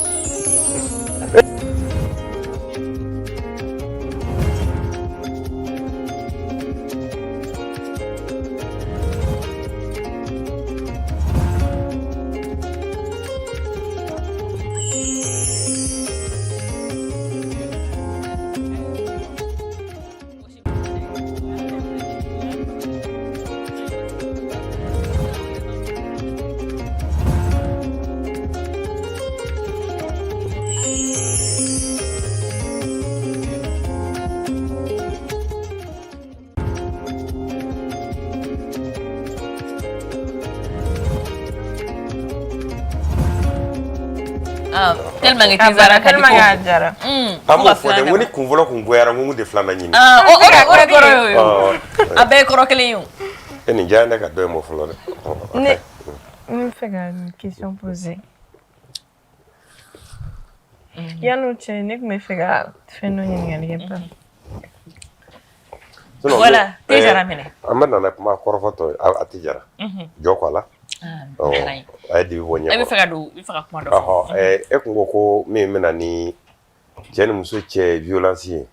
Kiliya violence ninjuguya parce que a to kera ninjuguya de. Mena bani. Cheta violence physique. Mais muso ka violence verbale. I ba sura chama meno no fe kwa. Mais ata kumbo de. De min dirima. Ni ya do atinya se ga so mo yani ka fiye blala. Mais est-ce que muso be se ka ali violence verbale ke chela na so la ma fin local. Abe baga matin. Abe baga mamuna. Ka baga ma. Mina ni fiye.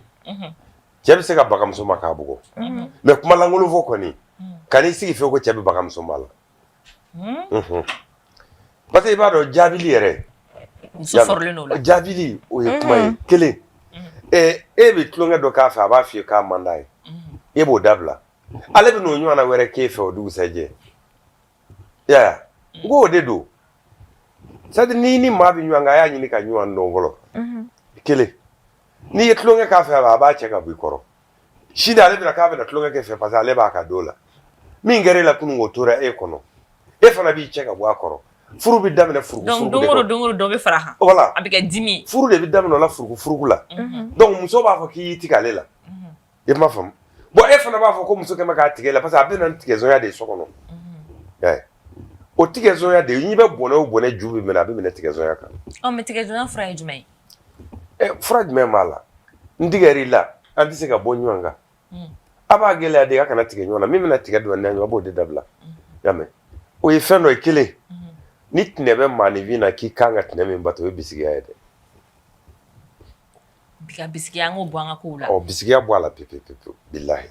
Mais yalma ni ko ni corona na ni nabna ke bisiki iga tigila sigi ka faya. Mimi vie.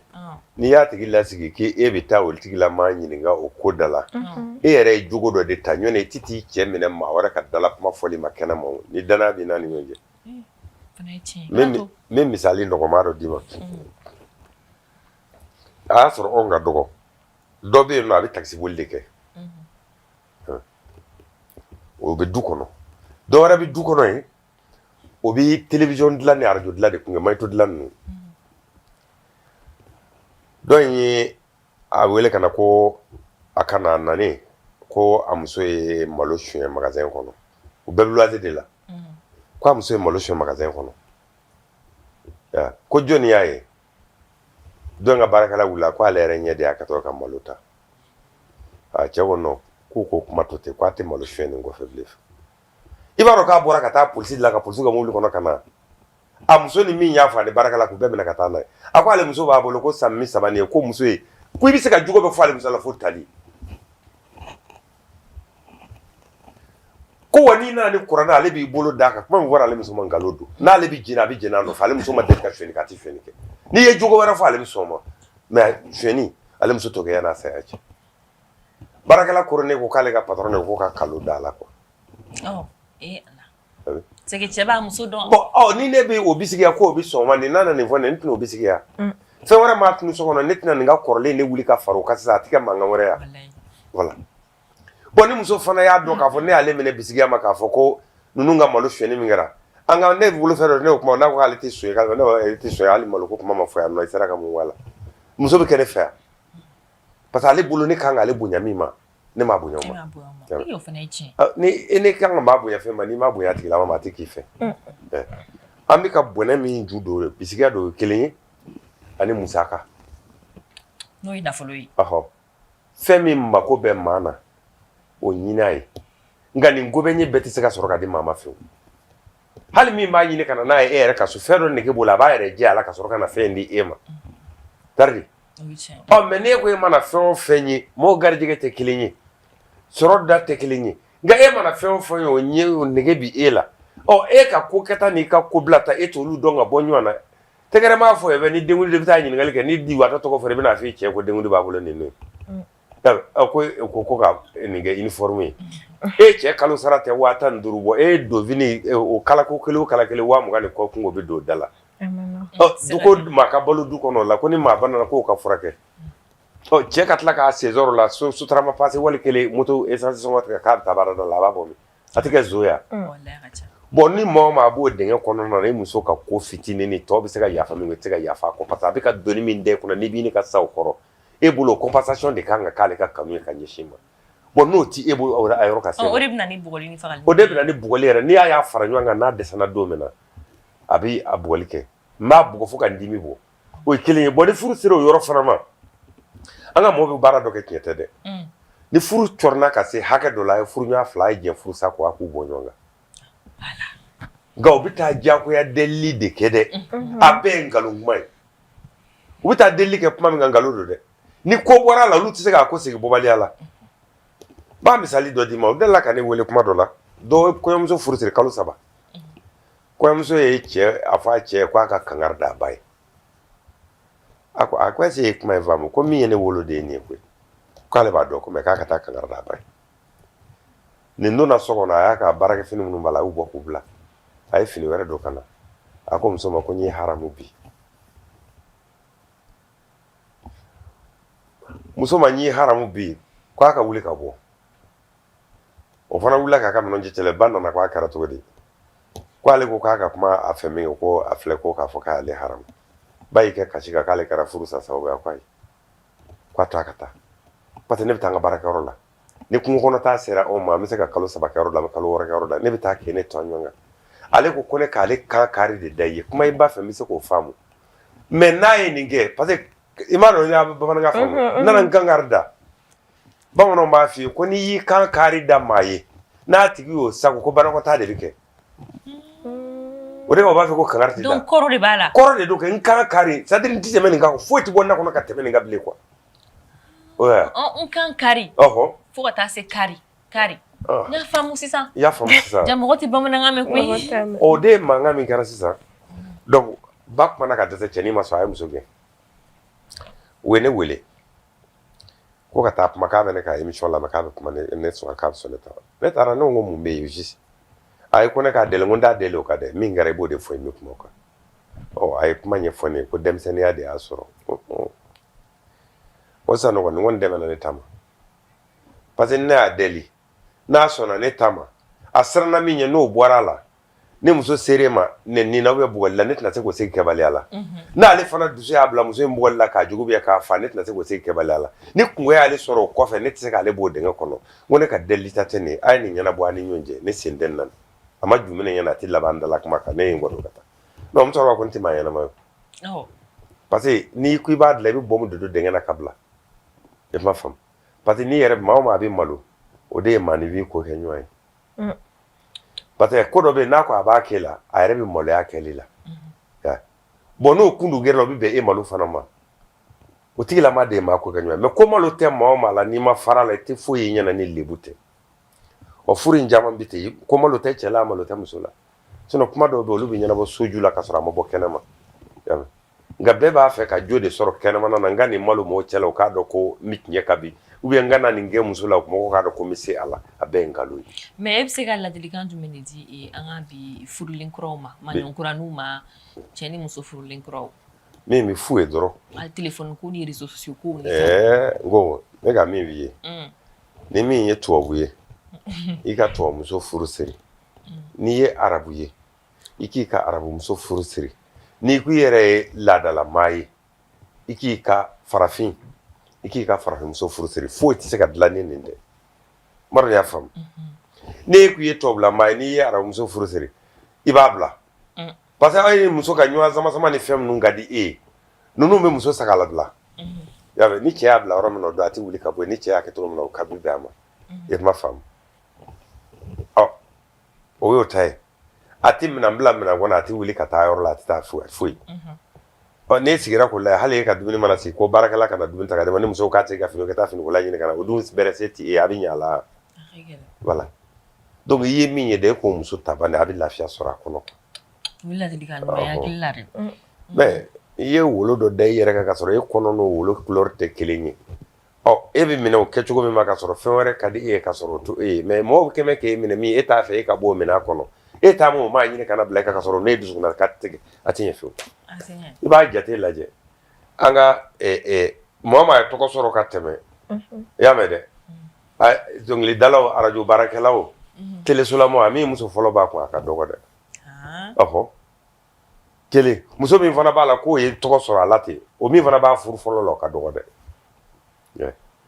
parce que n'u ye wolo min da u kan u b'a fɔ ko f'u k'o fɛn de ɲini ka sɔrɔ en réalité u yɛrɛ dusukunnata ye fɛn min ye u t'o ta o de kama n b'a fɛ n k'an bɛ fɛn min ɲini an bɛ taa min da kelen tɛ quoi nin dɔrɔn de don ɲɔgɔnfanbaliya in tɛ dɔwɛrɛ ye ni nin tɛ mais min bɛ taa furu ɲini de m'a yɛrɛ faamu n bɛ taa furu ɲini e sigilen filɛ nin sisan ni ne ko ko n bɛ e fɛ ne da bɛ n yɛrɛ fa fu de ta o ne tun bɛ e furu ni kanu a tɛ jigin n kɔnɔ yɛrɛ n bɛ se k'i ɲini n den ye kɔni mais ne b'a dɔn tigitigi ni danga wuli n nɔfɛ ou bien tacɛn wuli n nɔfɛ ne tɛna na n kun sin e ma ko n bɛna furu f'i ye n bɛna f'i ye ka da mun kan ne yɛrɛ b'a dɔn maa tɛ se k'i tile kɛ k'i den ɲuman tile kɛ i bɛ taa nata fɛn nɔfɛ mun de la sisan mun na jogo min bɛ ne na i y'a mɛn maa ka di ne ye cogo min na i ye kuma faamu e ni ne cɛ bɛ se ka kɛ furankɛla yɔrɔ ye ɲina de ye ka i ye ten k'i kanu i ye cogo fɛ mais an tɛ ɲɛ sigi la mais e b'o dɔn cogo di ne kɔni b'o dɔn tonton Darago e t'o dɔn wallahi e tɛ se k'o dɔn tan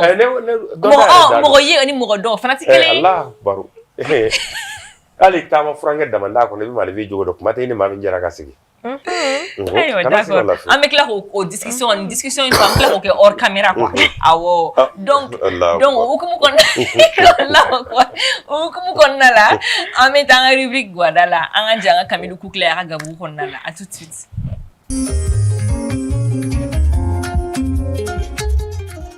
Je vous propose une recette toute simple à bœuf. Top, c'est parti.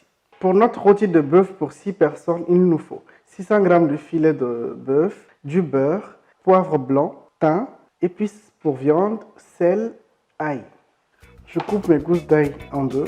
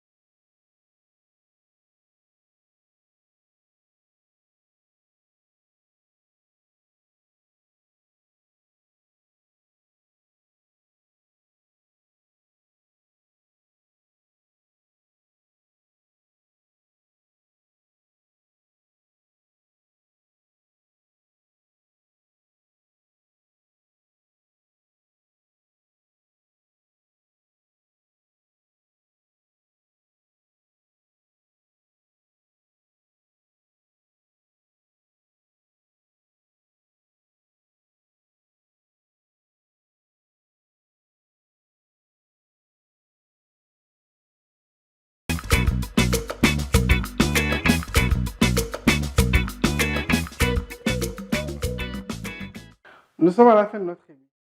Voilà, donc, nous avons une rubrique Guada et nous avons une rubrique Tobili. Nous avons une rubrique Blonkeré, Kousmadmo, Koukmo, Befoino, Bon plan, Befoino, Koutubli, Koukma, Tefoya, Rogalé. Ah, oui, mais je vais devenir ma femme. Ma fille, on est bagabalo.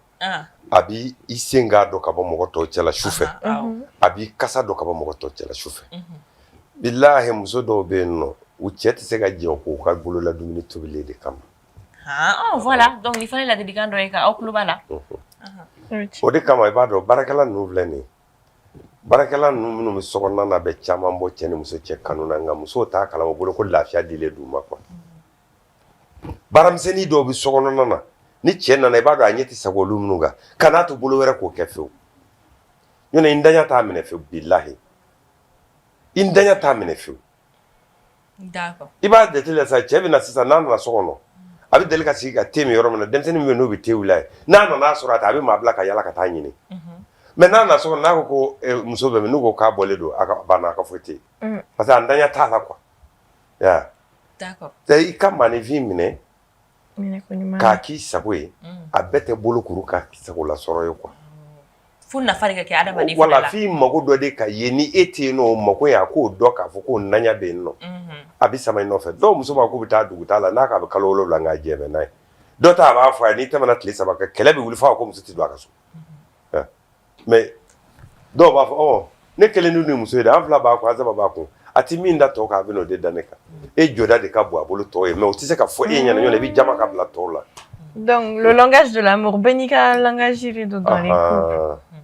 Donc c'est ça. Tonton Dragon ne fɛ ka na insister yɔrɔ dɔ kan n'o tun ye an ye a fɔ plateau fɔlɔ kan o ye muso i ko ko muso furukun ye ka na a cɛ de ladon u ni ka na ka buramuso ladon.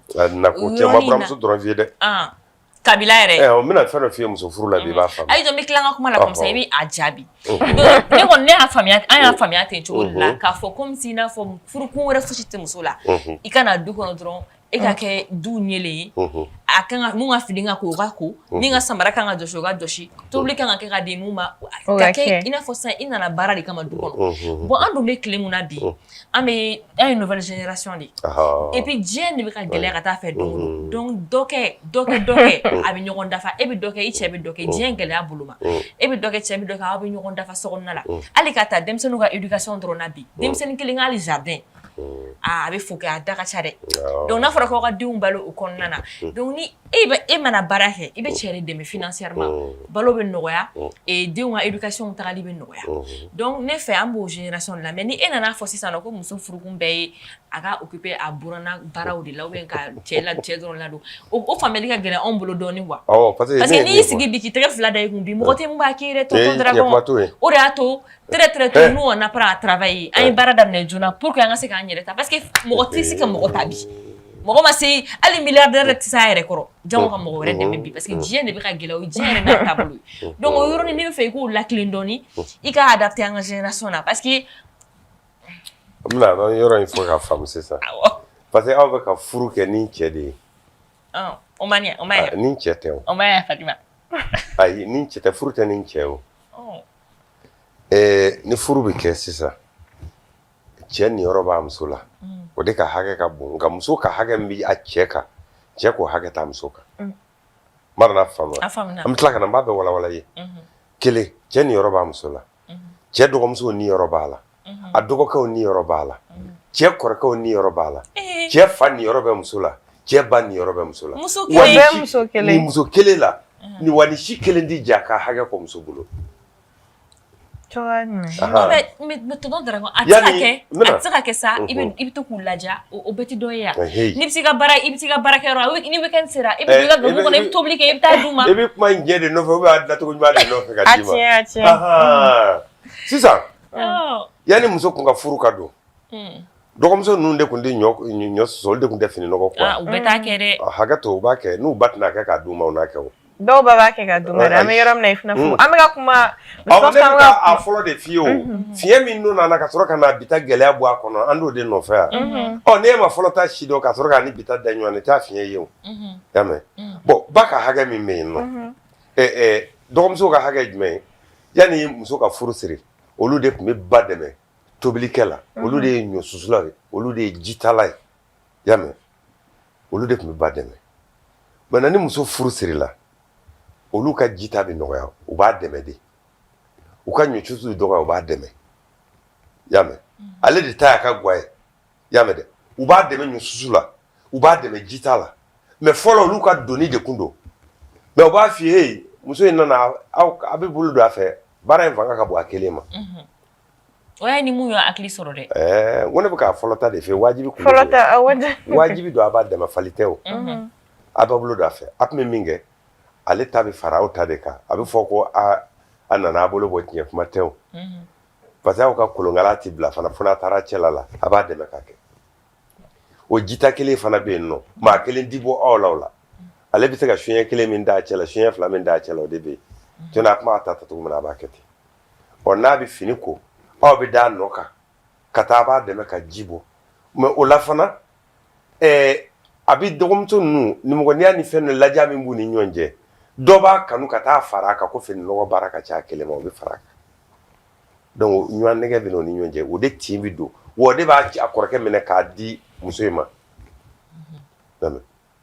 n'i ye maa ni bɛ dusukolo sɔrɔ i b'a ni mun sɔrɔ sa mais n'an y'a ta ka san an ka ni i nana ba la n'i nana ba la ba bolo bɔli tobilikɛla wajibi don y'a mɛn ɔ ni e bɛ so kɔnɔ ko e cɛ ba ka tobili kɛ ou bien k'e n'o ka guwa bɔ ɲɔgɔn kɔrɔ a bɛ k'i fɛ yan o t'anw jogo ye yan nɔ a tɛ k'i fɛ an ka bɛ bi tile de ma tonton Dragon sisan bi tile la sisan nɔ an bɛ taa ekɔli la aw komi k'an bɛ tɔ man jan wagati tɔ pour que an ka se ka fɛɛrɛ waati ko don n b'a ɲɛf'i ɲɛna bon minnu wolol'o la n'u y'a ye u ɲɛna dɛ olu ka tila ka taa aw furu siri ka na tuguni u bɛ tila k'a fɔ k'u bɛ nata o tɛmɛnen de nɔfɛ a ka bɛnbaliya ju filɛ nin ye o de a kun ye o réponse de di bɛɛ ka furu i y'a faamu sisan semble ma quoi i ni min bɛ taga ɲɔgɔn ma i n'o voilà dugu mana jɛ dɔrɔn ko bɛɛ k'i bɛrɛma furu kɛ voilà bon i b'a jate la aw minnu bɛ taa baarakɛyɔrɔ la a bɛ parili min kɛ ka taa a yɛrɛ jira a ka directeur la a t'o parili k'a cɛ ɲɛkɔrɔ so kɔnɔ parce que n'a nana dɔrɔn a bɛ fini ninnu bɔ ka bila ka dɔ wɛrɛ don est-ce que an b'a dɔn directeur an kɔni b'a dɔn ka taa baarakɛyɔrɔ la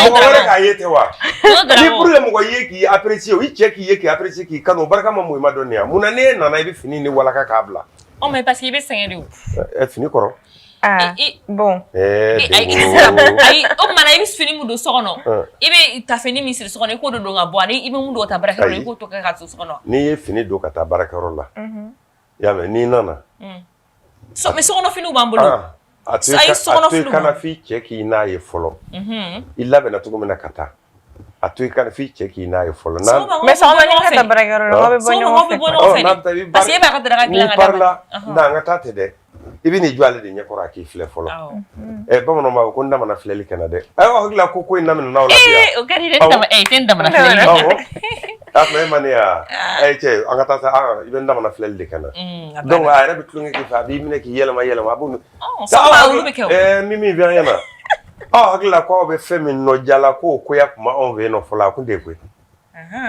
bɛɛ de ta i ka bamusa ye dugu bɛɛ n'a bamusa de don nka mɛ aw b'a ɲini cogo min na forobakɛ ni mɔgɔw ka bɔ an ni ɲɔgɔn cɛ kalama anw fɛ yen nɔ muso ko n'i y'a kɛ ka se o ma u b'a fɔ k'i ti malo mɔgɔw ma ni muso fana y'o kɛ dukɛnɛ na u b'a k'a ti malo mɔgɔw ma mais i ni cɛ a bɛ samani min kɛ ka bɔ ɲɔgɔn na dukɛnɛ na n'a donna so kɔnɔ a b'o giri de kɛ ɲɔgɔn kan an kɔni ta an bɛ téléphone de sigi dɔrɔn ka caméra k'a la an bɛ téléphone sigi ka caméra k'a la ka to ka a yira mɔgɔw la ka TikTok kɛ ka bisounours kɛ o cɛ b'i bolo cɛ ba sigilen ɲɛna e hakili la k'o tɛ keleya de ne de ye n den wolo k'a se nin hakɛ ma nin fana n'a bɛna k'a bɛ nin sigi o kunna ko ka ne bɔ n den tigi a la a tɛ ji kɛ ɲɔgɔn tigɛ mais o fana tɛ keleya kun bɔ sa n ko ne de y'a muso ye a banna ko bɛ yen sa mɔgɔ bɛ fɛ taa ta n tɛgɛ ma tonton Dragon ne kɔni a ka di ne ka segin ka na plateau in kan tiɲɛ yɛrɛ la baro diyara kosɛbɛ waati ka dɔgɔ waati de dɔgɔyara an ma kojugu waati ma dɔgɔya dɛ a ma dɔgɔya parce que ɲininkali camanba de tun b'an bolo kɔrɔlen ne pipilɛti de ne bɛ kuma bɛɛ mɛ bi ne ye sigi dɔrɔn k'a lamɛn tiɲɛ yɛrɛ la a ka d'an ye ka na dɔ wɛrɛ an ka baara de dabila an ka to so kɔnɔ dɔrɔn maa m'o fɔ maa kɛ an b'a kɛ cogo di sisan baara o baara bɛ yen n'a ti don i ka sokɔnɔ baara la i ka cɛlasigi la hali n'o bɛ bɛɛ diba i taama taa nka n'a bɛ se ka don i ka cɛlasigi la o baara to yen k'i ka cɛlasigi kɛ parce que hali ni ɲɛ bɛ di muso ma a bɛ laban furu de la Mari y'a faamu mais min kɛnda bɛ se ka don i ka furu la e b'o to yen a y'a mɛn o dɔrɔn de don sisan e bi yan nɔ o b'a fɔ ko i bɛ bɔ télé la mɔgɔw b'i ye mais ni e cɛ dar'i la mɔgɔ ka ye dama tɛ dɛ hali n'u ko ko ne ka taa je da a b'a fɛ ka taa parce que muso min bɛ n kun b'a dɔn mais n'a ye bisikiya dɔɔni minɛ a dusukun na n'Ala ma far'i kan a bɛna thé wuli gardien fɛ da la yan nɔ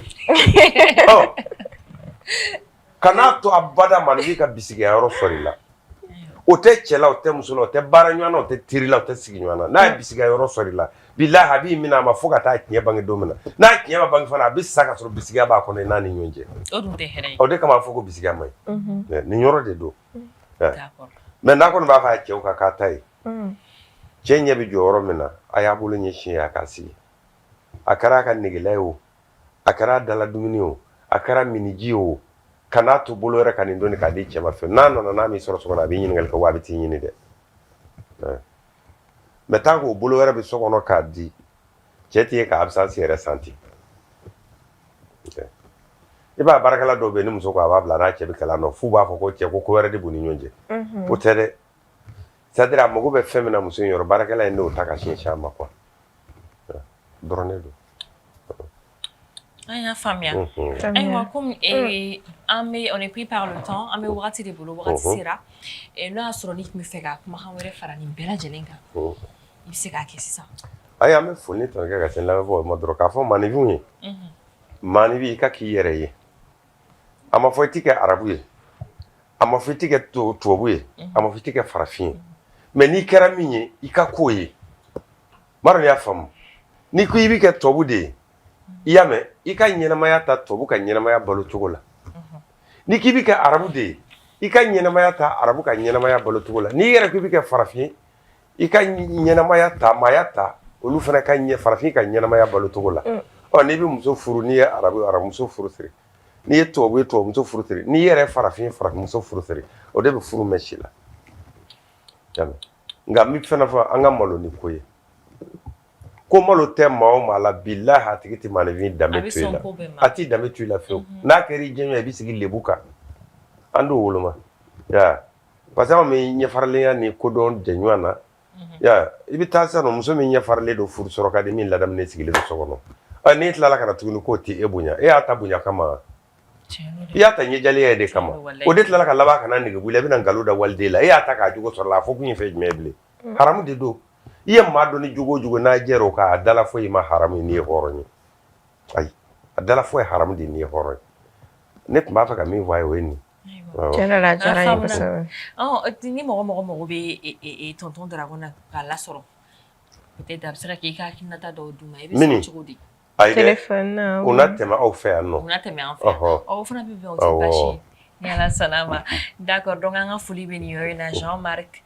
Saboa voilà donc ale tun bɛ kɛnɛ kɛ yan nɔ an n'ale farala plateau fɔlɔ sanfɛ donc halisa an bɛɛ ka jɛ an ka tonton Daragon fo a ka nali la a nana a diyara an ye wa a bɛnna an ma donc an ye faamuyali caman sɔrɔ kow taabolo la ni hakili la parce que ne kɔni tun bɛ fɛ ka yɔrɔ dɔw don yɔrɔ dɔw kɔnɔ halisa an ka tradition na mais an ma se k'a temps sɔrɔ bon a bɛ se ka kɛ siɲɛ wɛrɛ n'an ka thème bɔra ni ɲɔgɔnna dɔ wɛrɛ kan ni tonton Daragon sɔnna an bɛ wele bila a ma a kana nin kɛnɛ kilen o bɛ bɛn yan ayiwa d'accord ni nin tɔɔrɔ ko kɛra la yala a bɛ ɲɛji bɔ dɛ ayi a tɛ ɲɛji bɔ mun na ni tɔɔrɔ ko kɛra i la k'e ma mɔnɔbɔrɔ tɔrɔ i bɛ jɔ kasi de la koyi a bɛ ka kuma kɔrɔma de fɛ tan ko k'a bɛ na ko k'i bɛna siɲɛ ne m'a f'i ɲɛna ko a bɛ min kala tubabu fɛ n'u b'a fɔ ko psychomorphologie a dɔnni bi an ka laada la k'a daminɛ sengɔnden kuma na ka na fo kunsigi laban na mɔgɔw ye ɲɛna na dɔrɔn u b'a f'i ye ko nin jogo in bɛ nin jogo bɛ nin na i y'a mɛn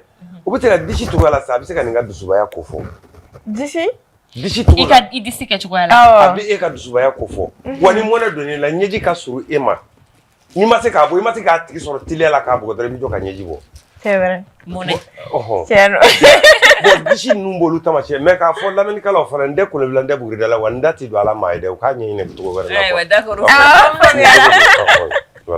donc an b'an filɛbagaw fo halisa nin yɔrɔ in na Mali kɔnɔ ani Mali kɔ kan aw ni ce aw ka fidélité la aw ni ce aw ka layɛli la aw b'an filɛ cogo min na aw b'an lamɛn cogo min na aw ni ce o bɛɛ lajɛlen na parce que n'i y'a ye anw bɛ yan halisa an bɛ yan hali bi parce que an bɛ yan aw de kama wa an lamɛnnen don aw de fɛ donc an tɛ sɛgɛn an tɛ ɲinɛ aw foli la an b'a fɔ aw ɲɛna k'aw kan bɛ dɔgɔkun wɛrɛ Au revoir.